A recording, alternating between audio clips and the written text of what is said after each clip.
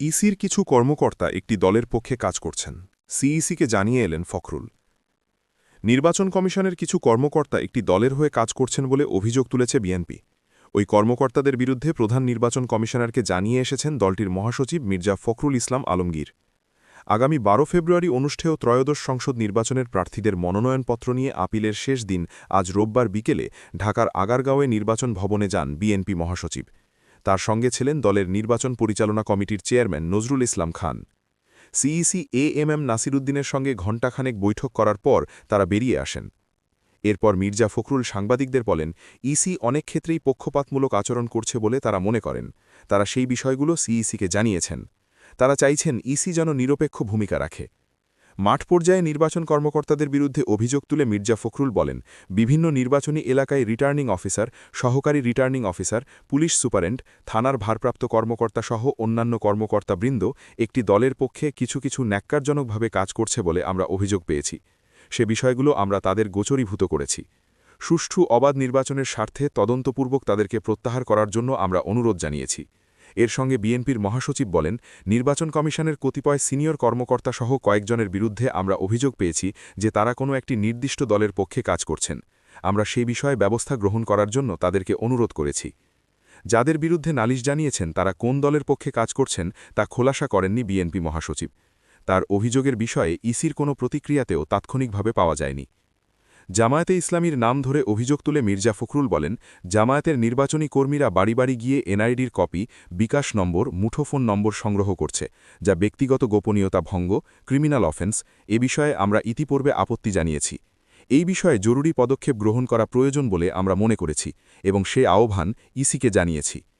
ঢাকা মহানগরী এলাকার বিভিন্ন নির্বাচনী এলাকায় একটি রাজনৈতিক দল তাদের প্রার্থীদের বিজয়ী করার অনৈতিক কূটকৌশল হিসেবে দেশের ভিন্ন ভিন্ন এলাকা থেকে ভোটারদের ব্যাপক হারে এলাকা পরিবর্তন করাচ্ছে বলেও অভিযোগ করেন তিনি।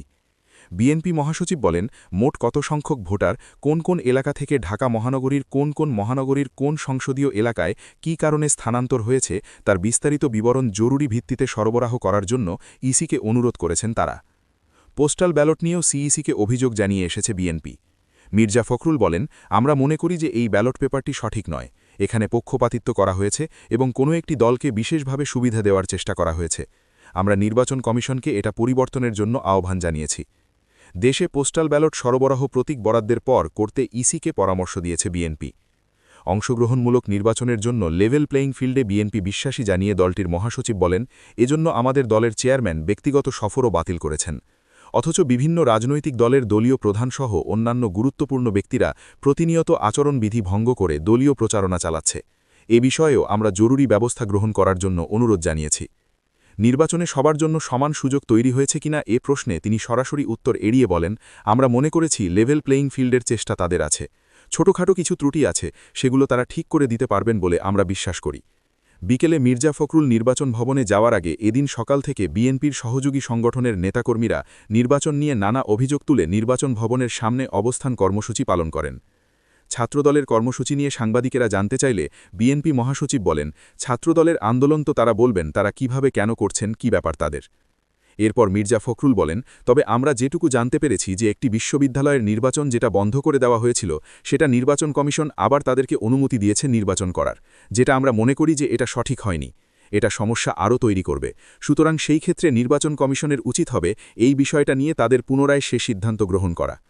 নির্বাচন ভবনে সিইসির সঙ্গে বৈঠকে বিএনপির চেয়ারম্যানের উপদেষ্টা ইসমাইল জবিউল্লাহ, ইসির সাবেক ভারপ্রাপ্ত সচিব মোহাম্মদ জাকারিয়া, সুপ্রিম কোর্ট আইনজীবী সভার সাবেক সাধারণ সম্পাদক রুহুল কুদ্দুস কাজলও ছিলেন।